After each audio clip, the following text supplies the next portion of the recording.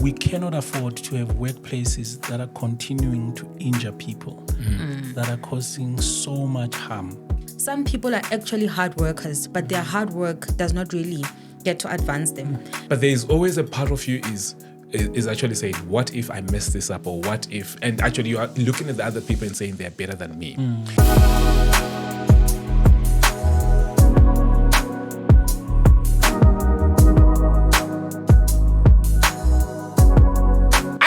Now we have to change tone. Yes, we've been laughing, but now we're recording, so we have to do. Welcome back to the podcast, everybody. My name is Siphiwe Moyo. If you don't know me, I don't understand why you are here. So imagine this with me. A particular professor tells a story of how she and 3 other black children tried to register for a ballet school, right? The class teacher says, maybe you should try jazz. Don't you want to try jazz instead? And her mom removed her from the class to protect her from spending time in a toxic environment. So we often talk about the imposter syndrome. Years later, this particular professor suggests that we must use a term called imposterisation instead of the imposter syndrome. The latter, she argues, which is the imposter syndrome, pathologizes the individuals. In other words, it blames the individual. It says it's the individual who don't believe in themselves, But in contrast, when she thinks about her story, she reflects that people are sometimes made to feel like imposters, made to feel like they don't belong by systems, cultures, and environment that they are in. So that's the conversation that we're going to have today. Before I even introduce my guests, when you hear that story, Brian, what comes to your mind?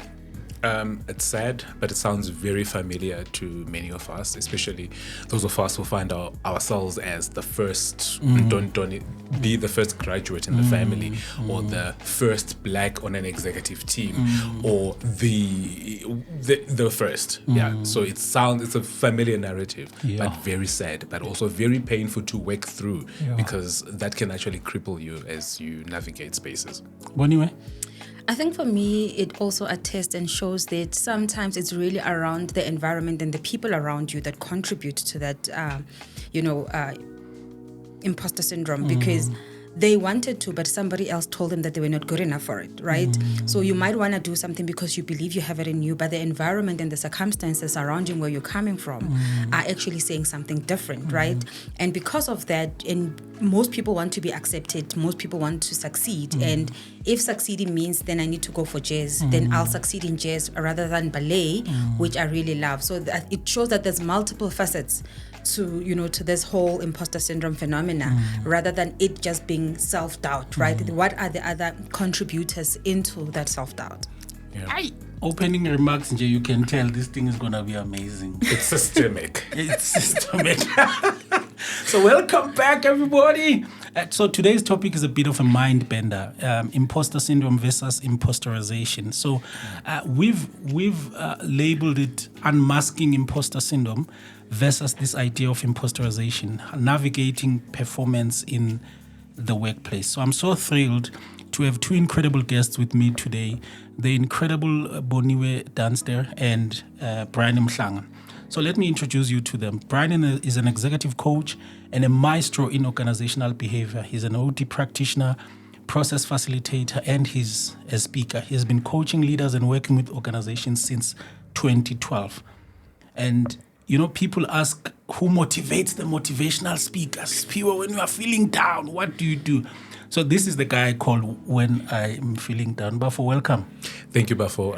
It's an honor and it's a privilege to be here. And good day to our viewers and our listeners. I'm curious, where did you just come from now? So I had a run this morning. I had a 21 run half marathon, and as I was saying before we started, I feel very broken. But this is why we do it, so that we rejuvenate and we recalibrate, and so that we can give what we are often saying people should have. Absolutely. And how was your week? What were you up to? It's been very busy, been very, very busy. A lot of teaching, A lot of teaching, a lot of facilitation, and a lot of one-on-one coaching. So my days I'm working close to 18-hour days now. Yeah. So you have to push the work, then you also have to catch up with admin because And then you have those friends who call you, they want some coaching. So they use words like, but for Manu, I just need to catch up. But they want coaching. Yeah, but I what I found out is we have to create an ecosystem, right? And that ecosystem is that place where we get that support we need, but also we get thinking partners who help us think and look at things differently. And I mean, then I say, but for I was in class and one of my students really reacted this way. But then you then ask me, Kanti, what did you really say, right? Then I'll say, no, this student of mine really just wanted to show everybody that he's an exec in corporate, right? And then, but you actually say, no, Liwena, you also pushed him too much. So you become a mirror for me, right? And so I think we need those people along the journey. We need each other. Absolutely. And we also have the phenomenal Boniwe Dunster, director and founder of a boutique human capital practice called Blue Eagle Human Capital. You never mention your company name everywhere else. So that's why I was so intentional about making sure that I mention it. Thank you. She brings over 15 years of expertise in the manufacturing industry, management, consulting, and financial services. She's an HR specialist, and as a facilitator and speaker, she also has a passion for performance management, mentorship, and coaching.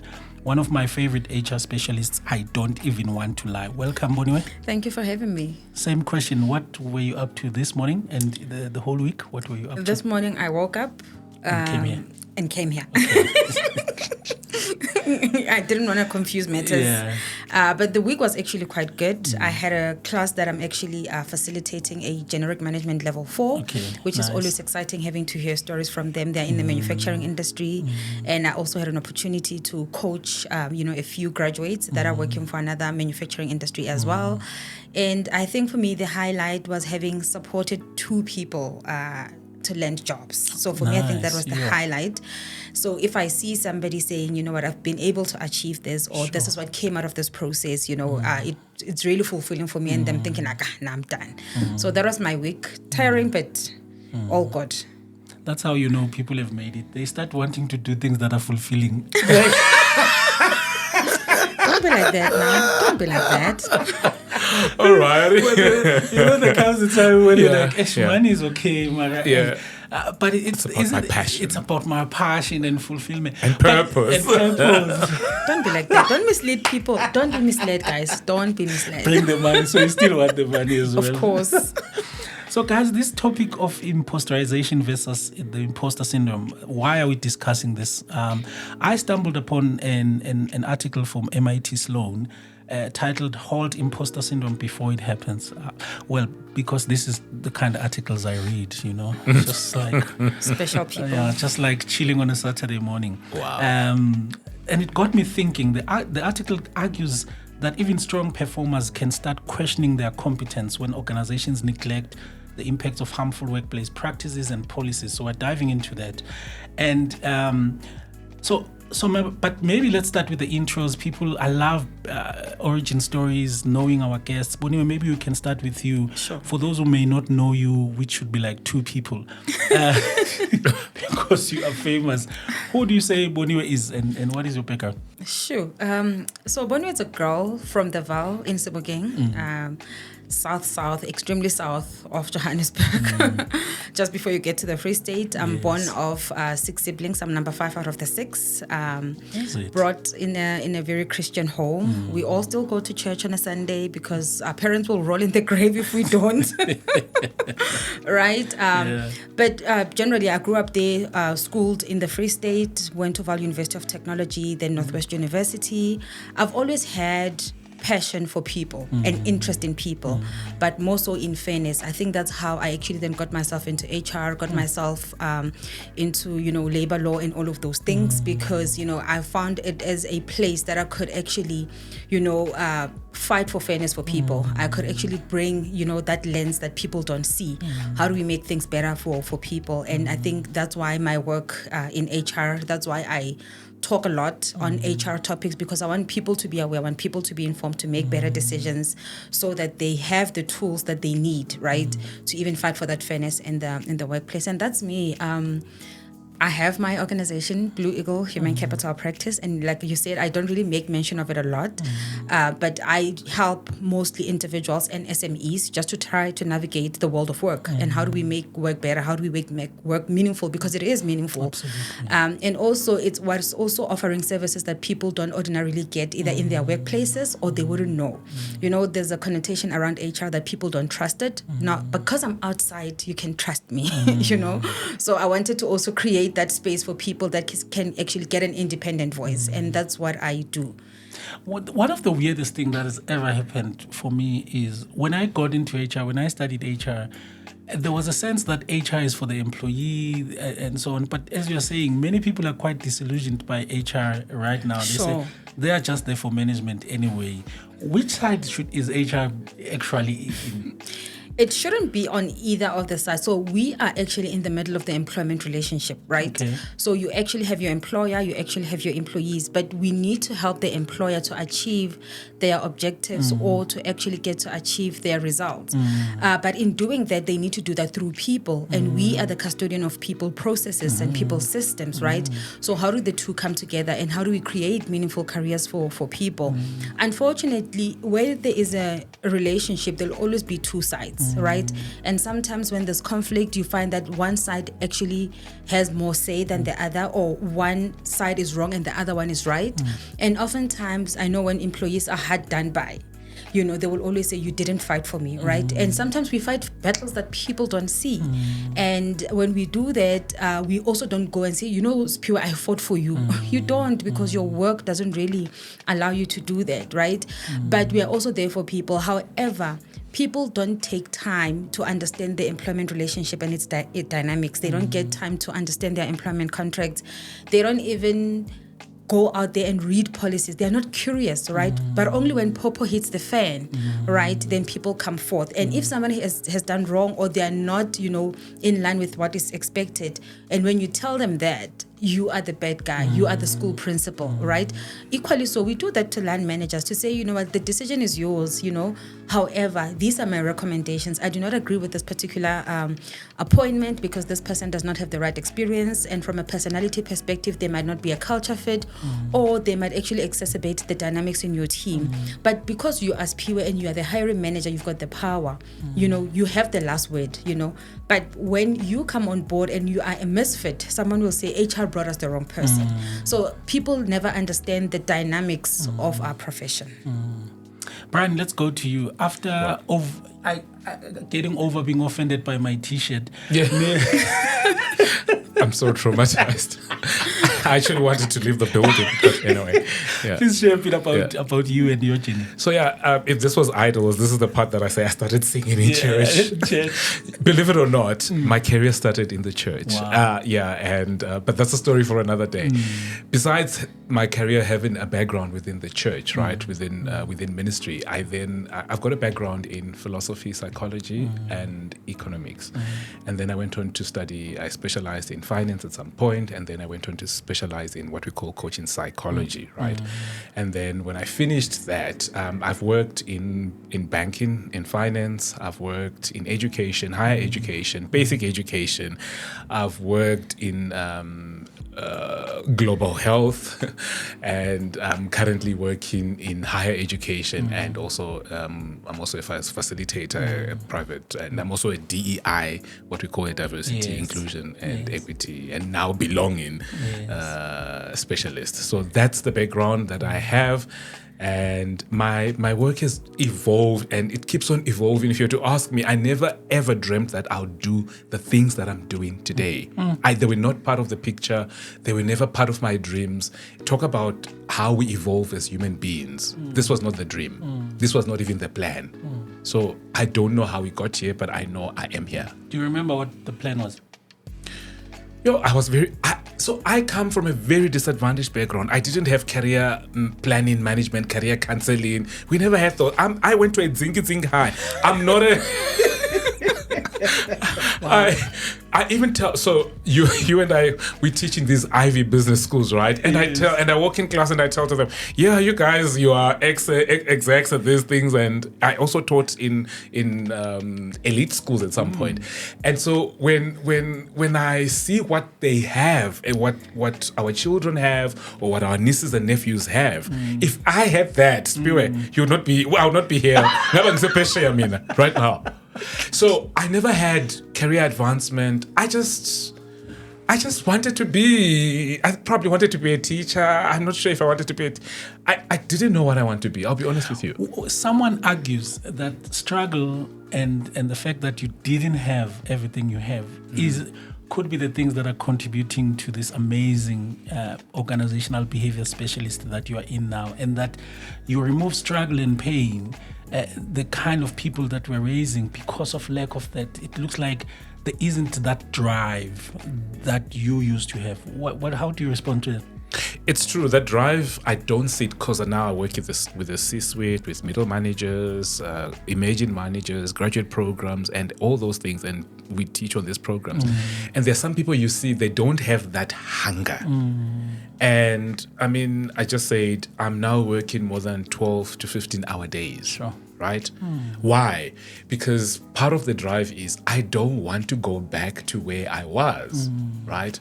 And so when you see people so even in organizations right now, when you see even interns come in there and not making the most of opportunities that are given to them and wanting just to be accelerated, why? That whole, they're acting like, these are millennials, acting like spoiled kids, and then they wake up and they realize they're going nowhere slowly.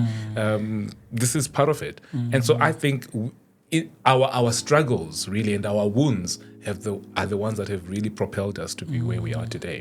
Yeah. So good. And Boniwe, just to delve into what sparked the passion for performance management? Is it the fairness that you spoke about a little bit earlier? So do a bit of performance management coaching, and you give off your time so much. You are one of the few people who give up your time so much. You are in every radio station, every TV. You take on those roles to just give information. What's behind that? I think it's the unfairness part of it, firstly. Secondly, it's also the lack of knowledge around the system and the process. Because what I've witnessed, especially when I was in also manufacturing, but more so in management consulting, you get to realize that when it comes to performance management, some of the things that are looked at, it's not entirely around performance, right? It's also around other people's perception of you. So sometimes it's also how you show up, how you carry yourself, right? Let alone the work that you actually get to deliver and the work that you're actually good at. And then you hear someone saying, no, Siphiwe can actually hold a conversation with the CEO, right? But Boniwe can't. Boniwe is shy, she looks down, she's very, humble, and we don't need that. We need confidence, you need to be outspoken, right? But if you also come from a background, where you were not taught such things in terms, how to show up, you wouldn't, because you're actually coming across this corporate monster for the first time after university. Like he said, some people didn't have those things like career guidance, career counseling, when they were starting out their careers. Then you realize that some people are actually hard workers, but their hard work does not really get to advance them. And secondly, then you also get to see when we actually sitting in these calibration sessions, as they would call them in other organizations, it's peer-to-peer comparison. So you are an HRBP, I'm an HRBP. They compare me to you, they compare you to me, right? But we don't have the same strengths and we don't have the same developmental areas, right? But it's that peer-to-peer comparison that sometimes would even yield to that imposter syndrome, or, because what happens is that I'm not now being rated according to what I have done, but it's what I have done in comparison to others that we are in the same level. Sure. Then it actually got me thinking, to say, how different would it be if people were really rated or were really managed in terms of their strengths and weaknesses, right? Because sometimes you might not be comparing apples with apples, right? We are based at different clients, our managers are different. Sometimes you are in teams where there are, very bad team dynamics, right? Or I don't get along with my manager for whatever reason. And those things will always contribute, to your final rating. But we're not looking at it entirely at you, it's other things, that actually gets in there. So then I found myself in a position where I say, I want to share with people to say what else happens in corporate or what else happens in those boardrooms where we discuss you. We do peer-to-peer comparison. We look at the feedback that you might have received from a client, but you might find that client you might not have a good relationship with, or it's a very difficult client, and everybody knows they're a difficult client. But because they're a powerful client, right, we actually need to make sure that, we keep that particular client happy at the expense of your rating, right? Again, it's one of those things. Who do you know in the organization? Are you aware of the decision makers? Are you advocating for yourself? Because especially in an African culture, we are taught to be very modest about, our successes. Even if you've done well, you don't go there and say, no, but I was part of this project. This is what I delivered. This is the money that I saved. This is the efficiency that I brought, right? Somebody talks about what you have delivered, but not you. So people never get to know that it was actually you. And for me, as I sat in so many of these conversations, I'm like, you know what, people at least they need to know what is happening so that they can make informed decisions or informed movements in corporate for them to be able to at least get close to what they really deserve from a rating perspective, from a recognition perspective. So it was those dynamics. Yeah, sure.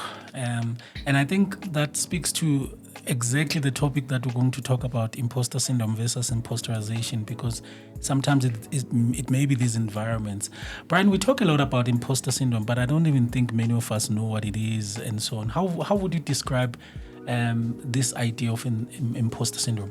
In simplistic terms, Yes. it means I don't deserve to be here. And the inverse is he or they deserve to be here.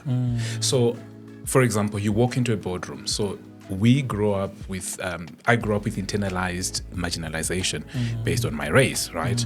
So I walk into white spaces, right? It's here I have my MBAs and da-da-da-da-da. But when I get to the table, so for some strange reason, the network is not, it's tickering, right? And of course, you're very positive and everything and rah. But there's always a part of you is actually saying, what if I mess this up, or what if, and actually you are looking at the other people and saying they're better than me. But it's a self-limiting belief because they have internalized superiority. And that's why they think they deserve to be there. So you actually see, you sit onto boardrooms and you actually say, how did this one get here? It's because they believed that they can be there. So it's a construct to some extent.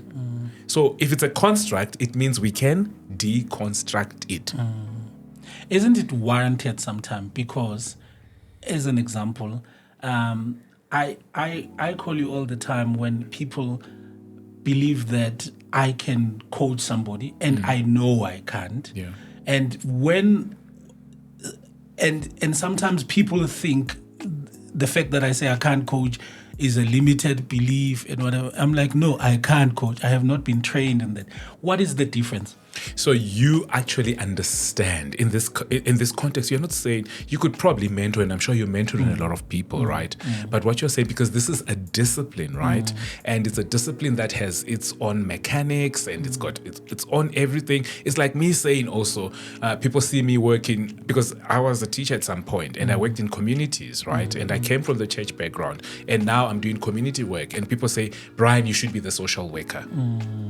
I am not a social worker. I am doing work, pakati, but I am not a social worker. So there's a difference between knowing the aptitude that you have for a particular thing.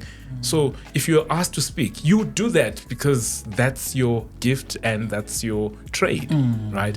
But the imposter says don't. Okay. So when you get into the room, what happens is you start feeling, you might not say, it might not tell you, it will probably say you can't, you shouldn't, no, don't. And then it's like self-fulfilling prophecies that come to mind, right? What if I do this? And what if, how do they perceive me? Because now you are very concerned because again, there's that thing that you are inferior and they are superior. And also, so imposter is not just on the other side. That's why I'm using that internalized oppression and internalized superiority. Because even the other ones that are sitting on we've sat on boardrooms where we've seen clowns and you think, wow, it's easy being a clown, right? Thank you very much. I think that differentiates it in my mind. When you hear that term then that says imposterization, the idea that sometimes it's not me having the imposter syndrome, it's this environment that then causes me. Does that term resonate? In any of the things that you've seen? Sure, it does resonate because I was looking at what is imposter syndrome and imposterization, trying to see what the difference is. Whilst with imposter syndrome, it's also internal, but with imposterization, it's more external, right? And obviously, maybe the researchers and the experts might term it differently. Yes. Because with imposterization, it's like the odds are against you, right? Sometimes you might have the intention, sometimes you might have the willingness, right? You might even have what it takes, right? But the system and the structures are designed not to make you succeed, right? And that's why the imposterization, and that's why I say sometimes it's external, because the odds are really against you, and that's what happens because now it's this policy not allowing you to make this particular move. It's this structure that does not allow you to move.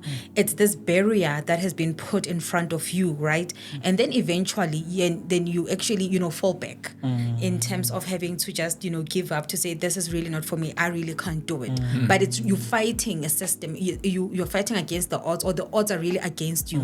Not because you don't know that you are capable. Whilst with the imposter syndrome, it's the self-doubt, that silent voice, right, that says, no, but you're not good enough, or the doubt that I need to really be perfect. So it's you, right? Whilst the other one, it's surroundings, like Hensa said earlier. Sometimes what could lead to that, it's the environment that you grew up in, how you were brought up. Sometimes it's your mother comparing you to your neighbor's child, right? So it's not really you. By virtue of that, you start looking at yourself differently to say, maybe I need to be like Siphiwe, maybe I need to be like Brian, or Brian has better resources to succeed. Whilst you can even succeed with the little that you have, but the construct of our structures, of our upbringing, of our environments, internally in organizations, the policies, that have been created, for us to have to bypass to get ahead, could actually then default you or throw you into that imposterization. I've often been in environments where I feel like when I'm here, I have to prepare extra hard. Like there's a lot of over preparation, and even that just seems to be never enough for somebody. And I'm like, what's going on here? Do you think the imposter syndrome is driving me to over prepare, to compensate, or it's the other side, the environment where nothing that I do is ever good enough? So again, that's a very familiar script. So if I was to ask you, what kind of a context was it? Yeah, I think it's a context where there is a dominant way of doing things in that organization. There is a dominant culture. There is a dominant race. There is a dominant everything. I feel like I might not even talk like those people. Yeah. I might. You don't sound like them. I don't sound like those people.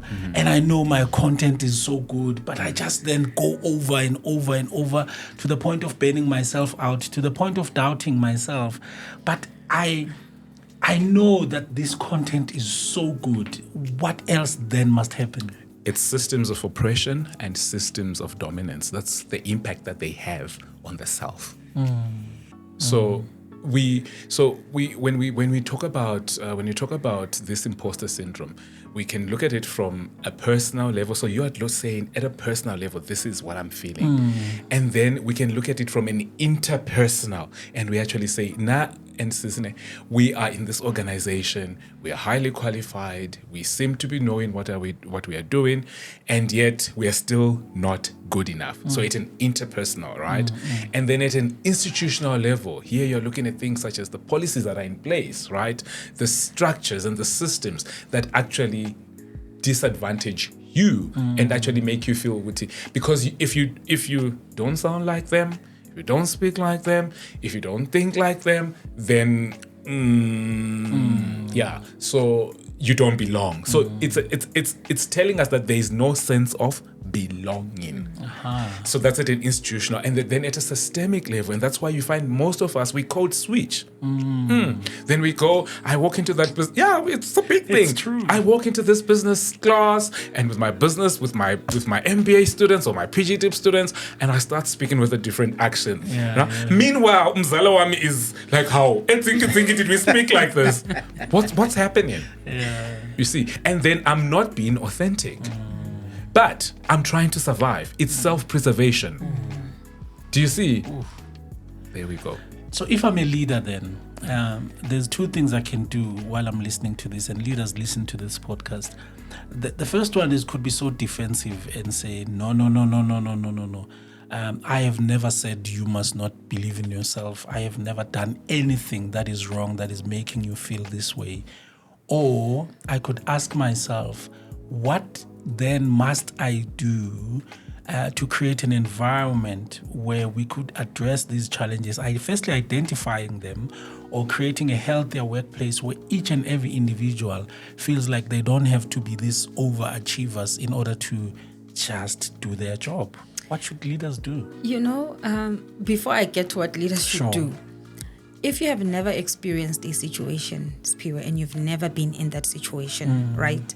Or probably you've never been a victim of it, or somehow it will be difficult for you to understand fully, right? So as leaders, you need to actually then try, but also accept that in your trying, you could never 100% understand, right? And I think the acknowledgement of that goes a long way. But it's about the intentional effort that you do and that you put in for your people. You might say, you know what, I didn't know that I was not supposed to do this, or I didn't say you mustn't be yourself, right? But what kind of environment have you created to enable me to be myself, right? So you also need to be intentional about it. And being intentional sometimes goes as far as, Siphiwe, what would you like me to do? How would you like me to support you? Or how would you like me to help you progress or advance your career in this environment, right? What are some of the challenges that you are facing that I might not be seeing? That maybe because I am privileged, if you are, or I'm part of the in group and maybe you are part of the out group, so you don't understand the other side. So explain to me how it is on the other side, and how would you like me to show up for you?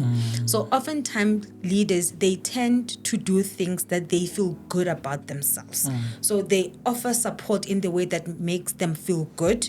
They create opportunities that are more aligned to them, or that would also, in your growth, progress their growth, and it ends up not really being about you.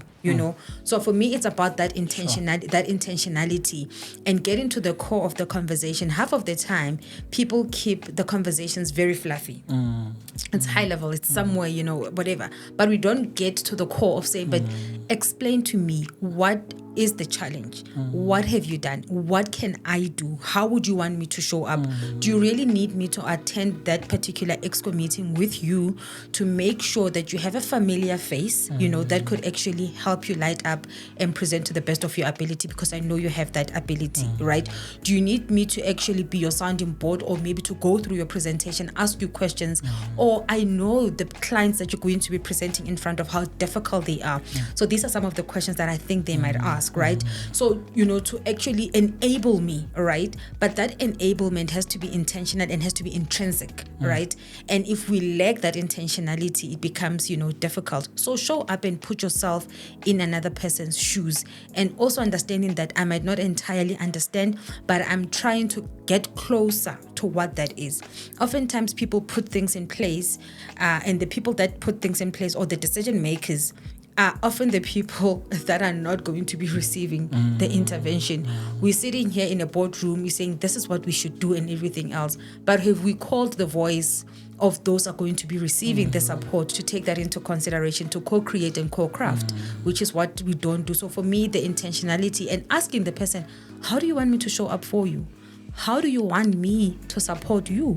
And take that, and that's what you should do. And if maybe you can't, say, you know what, but I can't to this certain extent because of, so that the person understands, when you act differently, or when you're not able to put up that voice on their behalf. So be intentional, be honest, and be authentic about your efforts. And half of the time, people don't receive authentic efforts in corporate, right? Somebody supports you, but they don't support you. They support you verbally, but the actions are not, authentic. But we can't babysit you. Toughen up. This is work. Why should I be supporting you? I'm doing my job. You should do yours. Surely. Yeah. At the same time, this is talking to privilege. The more privilege you have, the less you are conscious of it. So when you're talking about privilege, we're already talking about rank within organizations. So it's not even just about being white. It's the rank and the privilege that comes with my role and with the level that I'm at. The fact that now, Tina, we came from Zingi, now we are UCT graduates. That's privilege. That's rank, right? So we need to be very much aware of the rank that we have and what it does. So at most times, it can actually prevent people from connecting and from accessing us. So what do we do? Once you're very conscious of your rank, I'm a black male, that's some rank and that's some privilege, right? I need to be very conscious of the fact that I need to be able to create spaces that are very inclusive. And I cannot create spaces that are inclusive by just thinking what would be an inclusive space. This is what she's talking about. I need to have those meaningful conversations to actually say, listen, I am very much aware. And we should not be afraid of naming it. Because there's a problem in organizations right now. People become very fragile the moment we start talking about these things. And then that's part of the resistance, because people don't want to face these elephants that are in the room. And guess what? What do? We immediately abort the process, whether it's a change management process, whether it's an OD process, and we say, no, let's have a kumbaya moment. But there's false harmony there in that kumbaya moment. And not only is there false harmony, but there is no psychological safety. And we've got this leader who's leading this organization thinking, because now people are no longer talking, right? What you hear. But people are talking under the cupboards. I want to also add to what he was just saying now. When you were talking about people in corporate who say toughen up. So that toughen up, it's the structures that I spoke about earlier. It's a design, right? It's a design. You need to be tough. You need to be arrogant. You don't need to crack. Now we talk about the concept of vulnerability, but in practice, really, where does that vulnerability? Okay, if you're being told to toughen up, and hence I said the systems and the structures that we really find ourselves in, or where people find themselves in, the way that they were 20, 30, 40 years ago, those structures are still there. People today are still being told to toughen up. Don't cry. People are still being forced to actually even work long hours, even when circumstances do not really allow. Because why? Because you're chasing a promotion, right?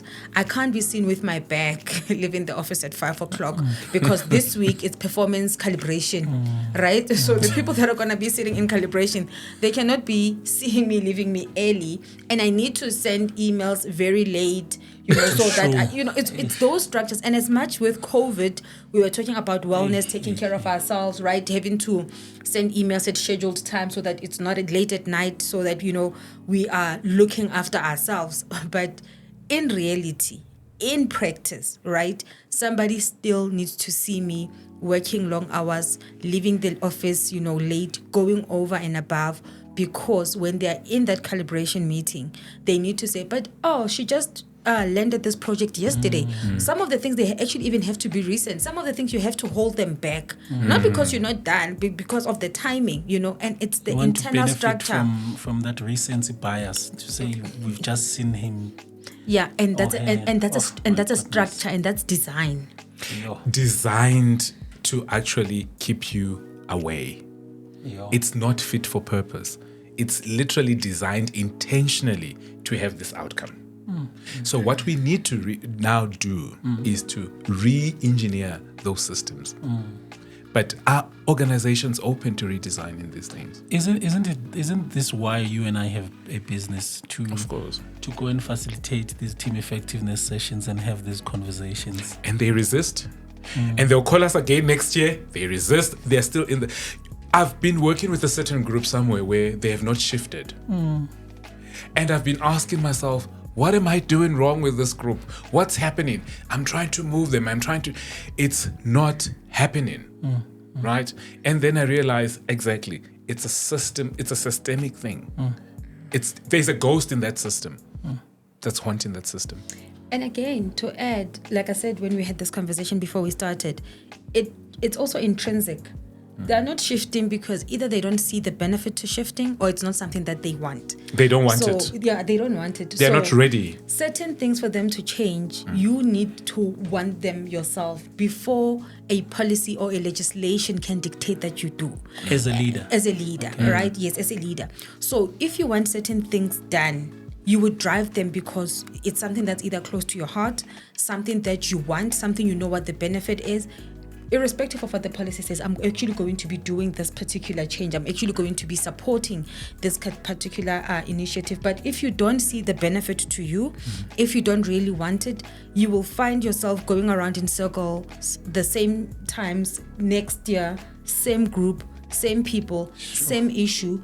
And you end up thinking that maybe there's something wrong with my facilitation method. No, It's the status quo. A lot of people are benefiting from that dysfunctionality. Benefiting how? So you're not held to account. You do not provide leadership.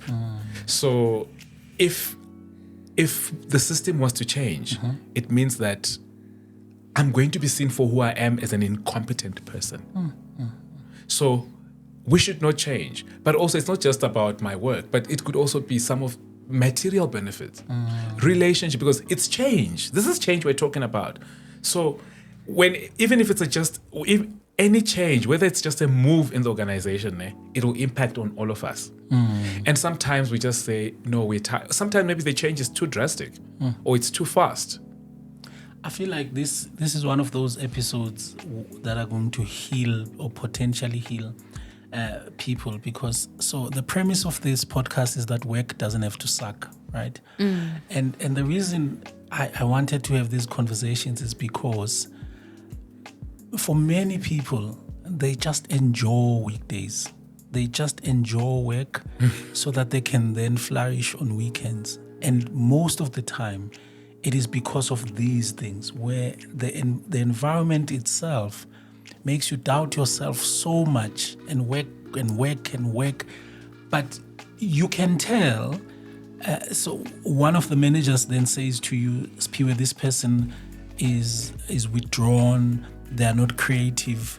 And I'm like, have you seen this person on a normal Saturday? Correct. This person is so creative, shows leadership. But it is these practices inside that are making people think, okay, why should I bother? Yeah, it's a tough one, that one. It goes back to the point. It's the environment. Do you really have you really created an environment that is very inclusive, that actually allows people to belong? Have you created meaningful work for people to show up in their best selves, right?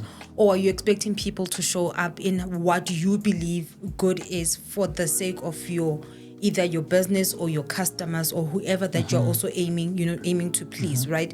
Do you allow people to be, yet also having to give you the work?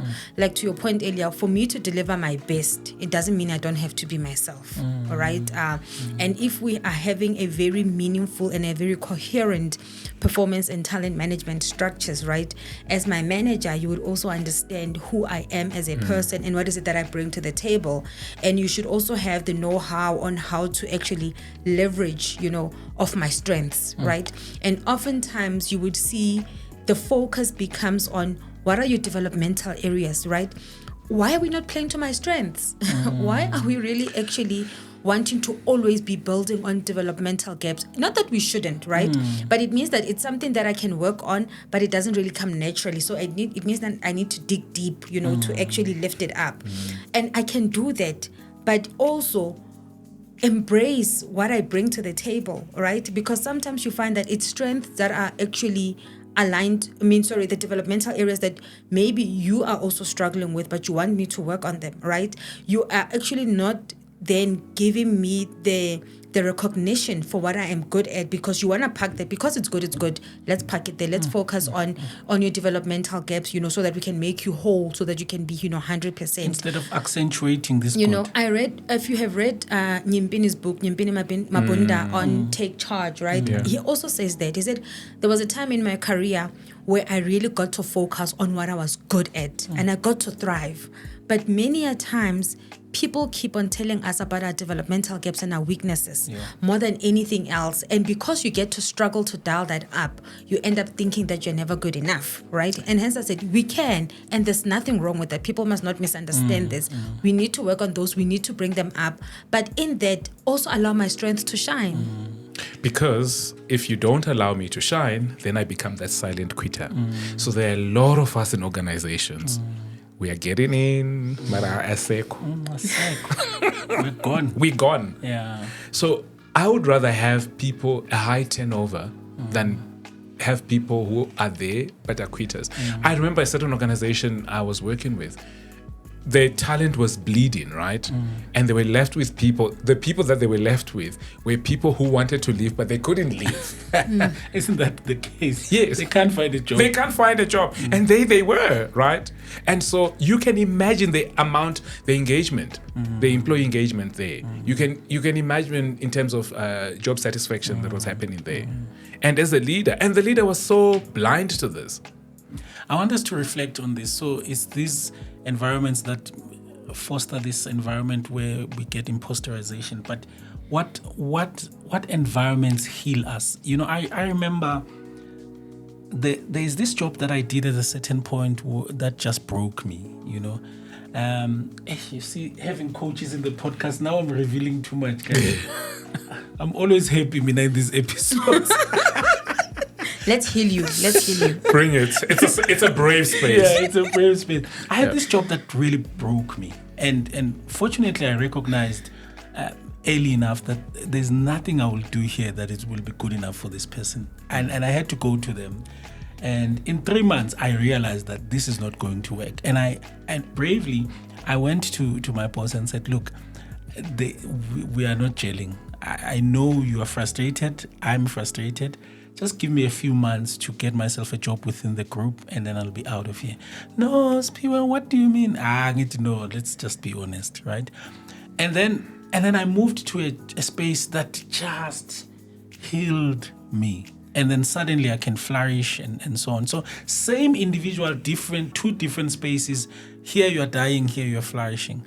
If I'm a leader who wants to transform that, let's just reflect about what are some of the things that I then need to do to create an environment where talent can flourish. And I know, for example, one of the things that I think my boss did was to give me space, don't sweat the small stuff. They were never going to try and correct me in every small little things, because what that does is I start questioning myself. And when they were correcting me, I knew it's something that matters, because they were not just correcting me in what other things that leaders can try and do. Almost like to create these healing spaces for people who might have been in those environments, but now they can flourish in some way. Yeah.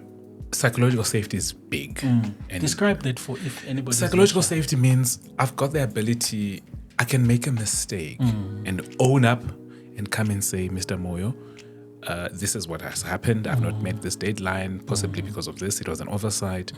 Or I can sit in a meeting with you, Mr. Moyo, and you are the CEO, and I can actually say, Mr. Moyo, I think we are off-ramping here. And there is no retaliation. I'm not going to be punished, because what's happening in most of our organizations, the moment we talk, right, we get punished. Or the moment we say, no, let's try this, or it's like, oh, yeah, you're being too ambitious, right?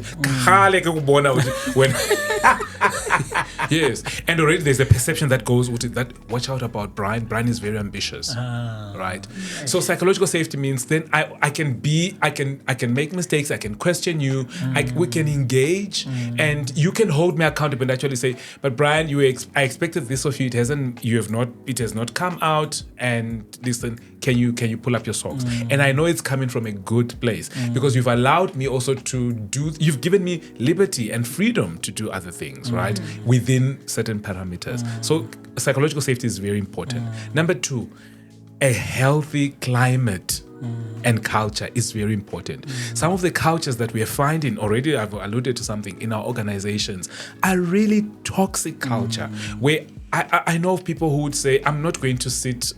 They shared an office with Mang Mang, and they say they can't share an office with them because Mang Mang, they can't sit on the chair that this previous person who was there, because Mang Mang unemiti. Yeah. Do you understand? Yeah. That's toxicity in our organizations, and those things are happening in our companies and organizations, right? Then thirdly, for me, leadership. We need a leadership that is really transformative. Transformation, not in the generic sense, but a leadership that allows an organization to be a learning organization. We're not formally learning, but we're continuously learning and renewing ourselves. So those 3 things for me are very important. And leadership matters. Leadership, we need strong leaders. There are people, and I'm going to stop. There are people who then apply for these roles. They go and sit onto these excos. Guess what? They're faced with bombs. It's all about, people don't like me. They're thinking about, and you think this is not about you. It's about the organization. At this stage, we should not be mollycoddling your feelings. You should actually display leadership. Right? And people are just drowning in their sorrows. It's all about me, and their egos. And you're thinking, you're not fit to be a leader. How did you get here? I think maybe to add to what he has said, one of the things, especially from talent and performance side, right, is also leaders understanding that talent belongs to the organization and not to them. Oftentimes, when the organization has not really transformed well, or their leadership is actually not as strong as it's supposed to be, or as good as it's supposed to be, I would own Siphiwe because he's good at what he does, right? And that brings an element of talent hoarding. Because you were asking the question earlier to say, how can leaders help in all this situation? So I need to understand that Siphiwe has run his course in this role. Let me allow Siphiwe to go to another business unit or to another segment. Let me rotate Siphiwe, to another region. Maybe we've got an office in Nigeria or wherever, right? Because that can also talk to talent retention as well. That really boosts your morale and your confidence, right? That really helps you to dilute this whole imposter syndrome and imposterization, because now I'm not just keeping you there because you're good. And sometimes they keep you there not because you're good, because somebody wants to spite you because you're working in a toxic work environment, right? And these are the small things that leaders can do. Siphiwe is so good that if he wants to move, I need to enable Siphiwe to move. I need to support Siphiwe's career aspirations, right? I need to make sure that I expose Siphiwe to the right platforms and to the right people in the organization so that he thrives, so that we can talk about Siphiwe's talent story, that has been enabled by the organization. But it's not a lot of organizations and a lot of leaders that really understand that concept, because you can't leave, you can't resign, you just need to be here. I would actually want to keep you here, either for my own selfish reasons or because I'm threatened by you, right? So it is even how your processes and your policies, right? They also get to do that. So it's about you as a person, but it's about also having to leverage of effective policies and processes to actually help your talent to actually get out of that slump. Love it. So we've spoken about what leaders can try and do to create an environment that doesn't breed this imposterization. If I'm an individual and as you are speaking, I'm watching this on YouTube or Apple Podcast, I'm like, they are talking about me and they're talking about my environment right now. What should I be doing? What is like the process of elimination that you can give me to get out of this? It also depends with what is at your disposal. We live at a very interesting time in the history of humanity and within organizational development, right? And even cultures. If you can have access to a coach, I would really encourage for you access to a coach or to a psychologist. I would really encourage you to have somebody that walks, because what the coach does is they walk with you. on your journey, even as a person, without you being a leader. Okay, some of us, we are leadership coaches and things like that. We work with the leaders, right? Because it's become a necessity these days. Show me any leader who doesn't have a coach now, then there's a big question mark. It's a red flag. Sure. Yeah, it's a big red flag. In blue chip organizations, international corporations, you can't just be there and be who is steering. No, you can't. We don't know it, right? So you need a sounding board. So we go back to your question. You need to find somebody that you can work with.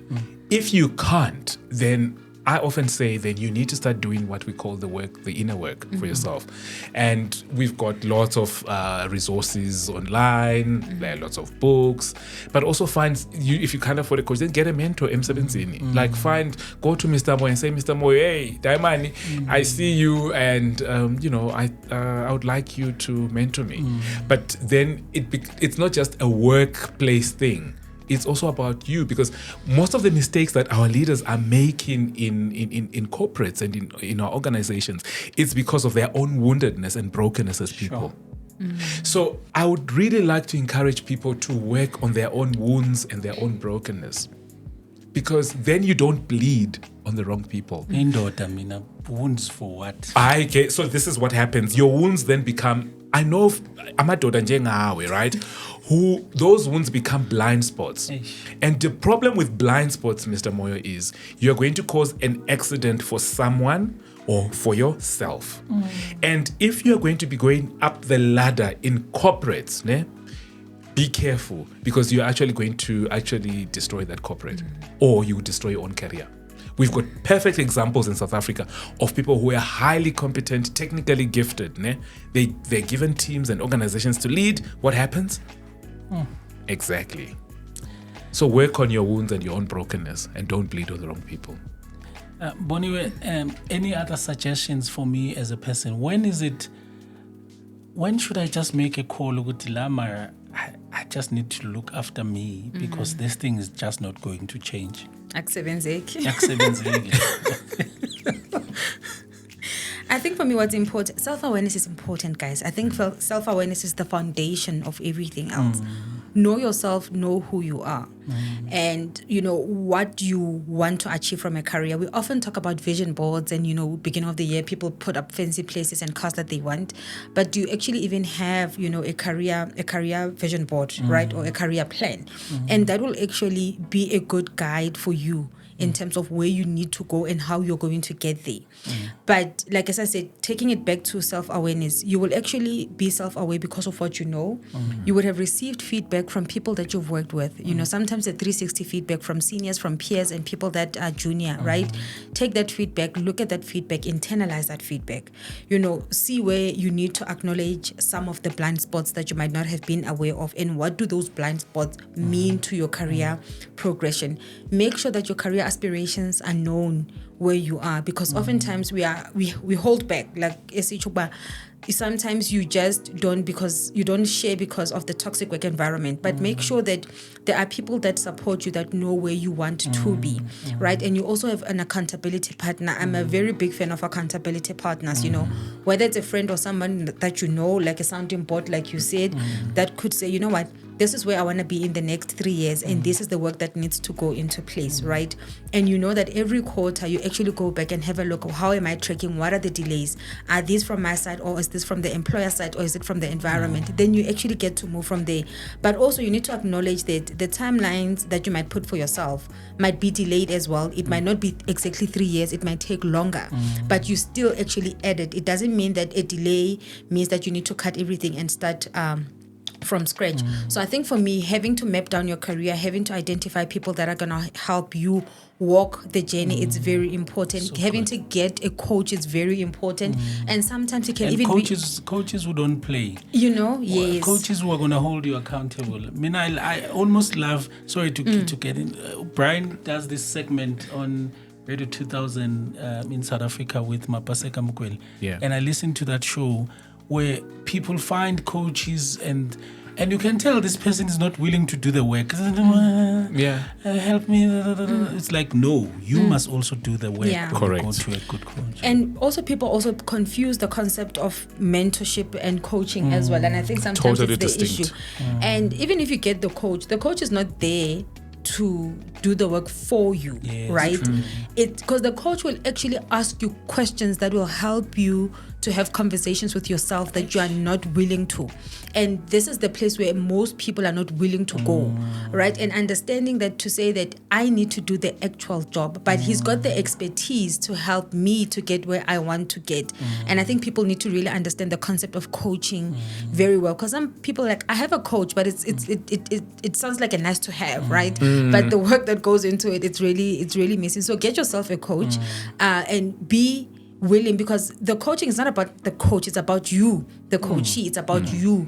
It's not about anyone else. I can leave and get other clients that are willing to work, and you are paying me for my services, so I'll receive the money. So but if you don't show up, it's to your own detriment. So the work has to be done by you, the inner work, the introspection, the self-awareness, the getting the feedback, receiving it, acknowledging it, internalizing it, and coming back. But sometimes you need to get to a point whereby to say, you know what, my progression or my success, it's not going to come from this place.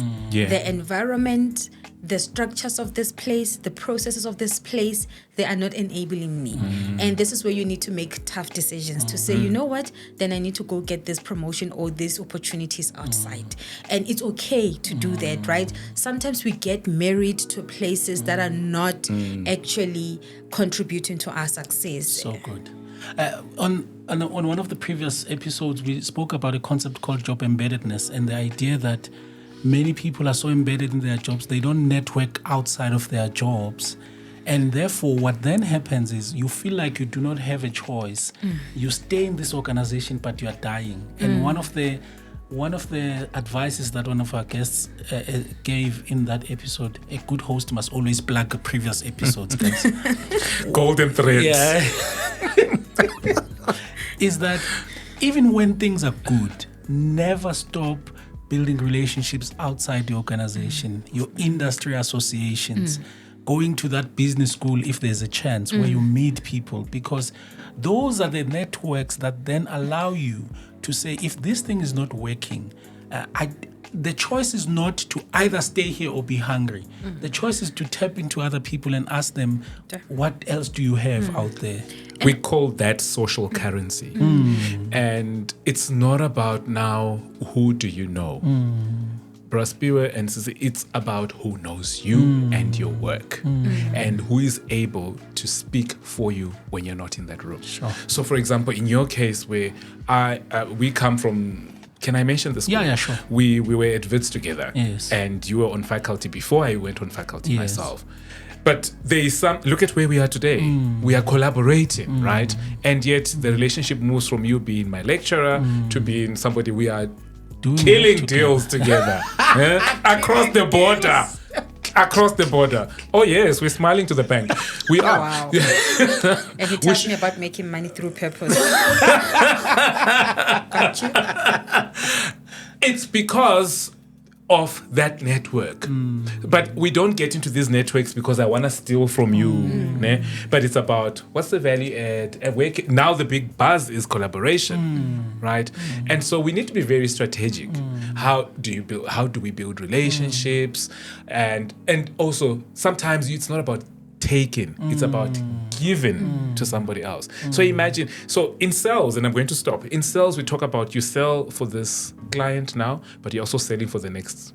Sure. Right. And so I'm selling to her now. She's going to be a repeat customer.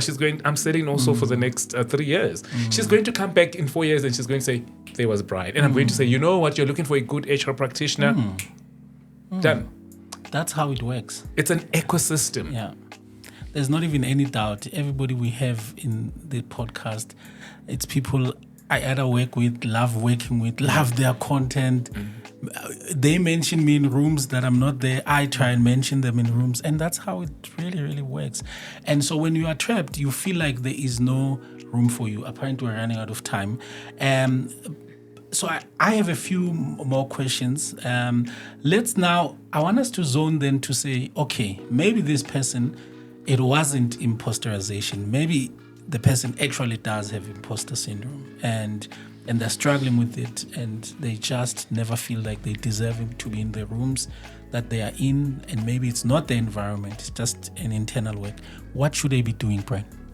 So in the work that I do, I work on what we call your inner critic. Okay.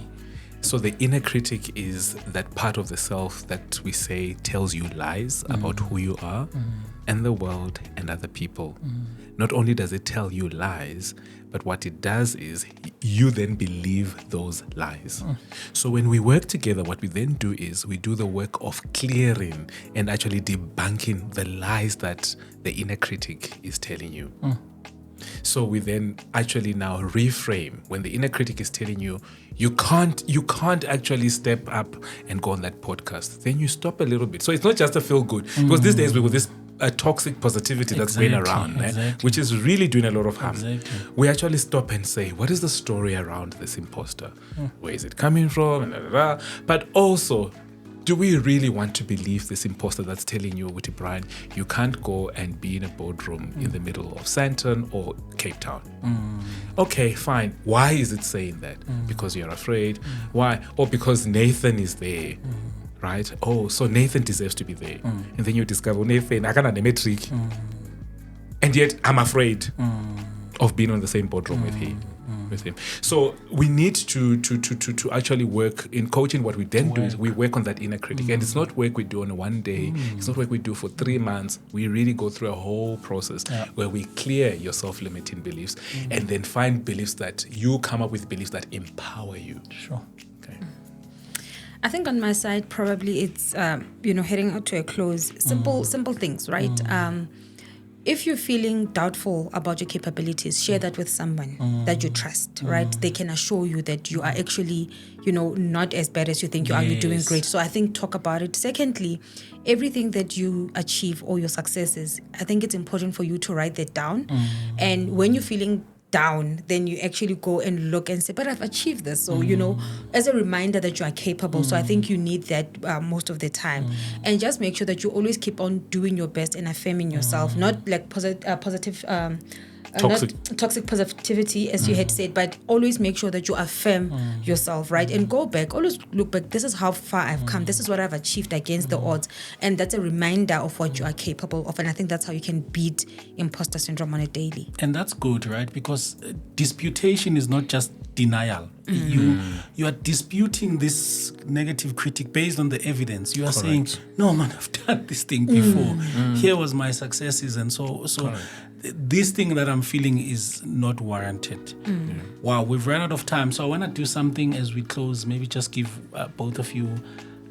Is there anything else that about this topic that you really want to say as closing comments? A question that you thought Siphiwe should have asked me that, because I have a closing one. So this is the chance. Closing comments, and then we'll talk about how people can reach you a bit later. Sure. What would you have to say? I think for me, it's really about saying each and every one of us are capable. We have it within us, right? And we always need to find it within ourselves to remind ourselves of. And that's all that I can say. Never ever believe that your doubt is what defines you. We always have it. There's this quote, which I can't really quote verbatim, that says our biggest fear is that we are inadequate, right? But our biggest fear is that we are adequate beyond measure. So we are capable.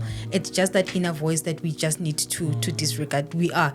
Put your mind on it. Believe that you can do it. Do it against the odds, and you will see the success will come. So good. And shout out to the bosses who help us heal from some of the traumas we've been through. Shout out to the bosses who create space for us to shine, to do well, because there are bosses who just do so well to heal us in that. Brian? So I often go by the mantra that I'm my own liberator. And I think we are our own liberators at a very personal level, and even as a collective.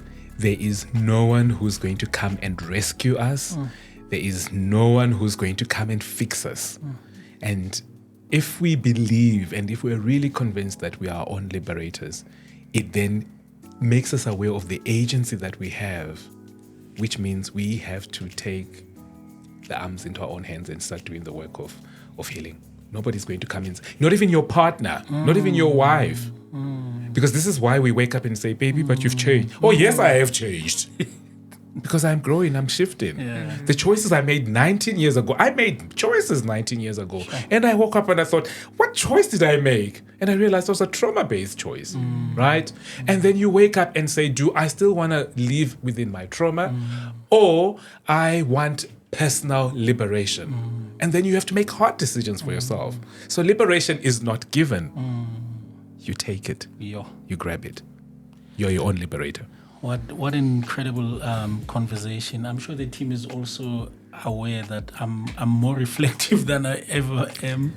Thank you for creating that space. I really love your work, both of you. And to our listeners, I hope you book Boniwe and Brian to come and speak, to come and facilitate, to come and help you. Because the work that they do really does change lives. And I think we cannot afford to have workplaces that are continuing to injure people, that are causing so much harm. You know, many people can handle the workload. The workload is nothing, but the context that we create in organizations, that's the stuff that is injuring people. We're doing so much harm, and that must stop. Work doesn't have to suck, and it just takes us as leaders to change that.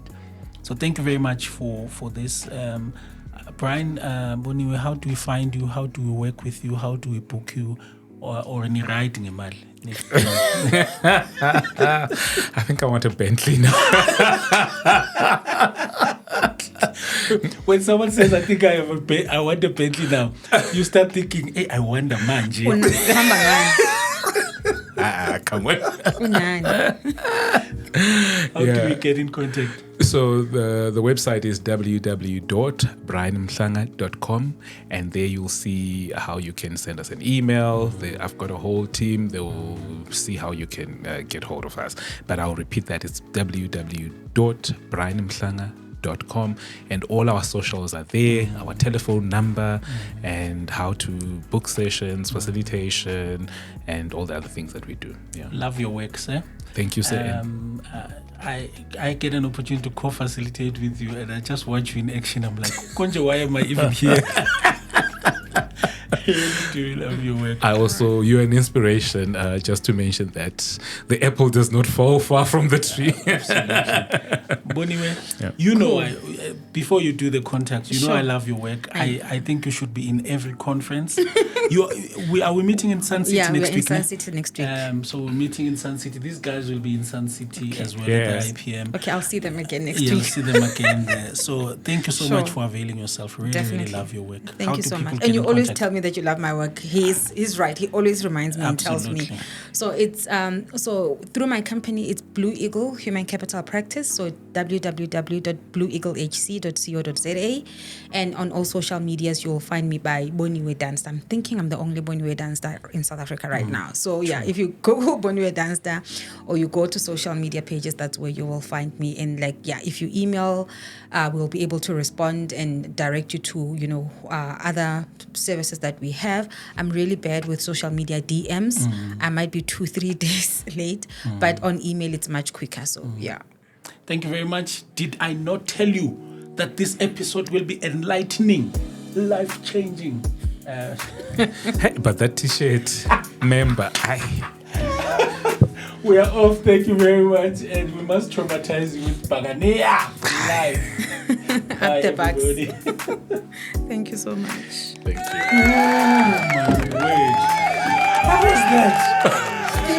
Thank you.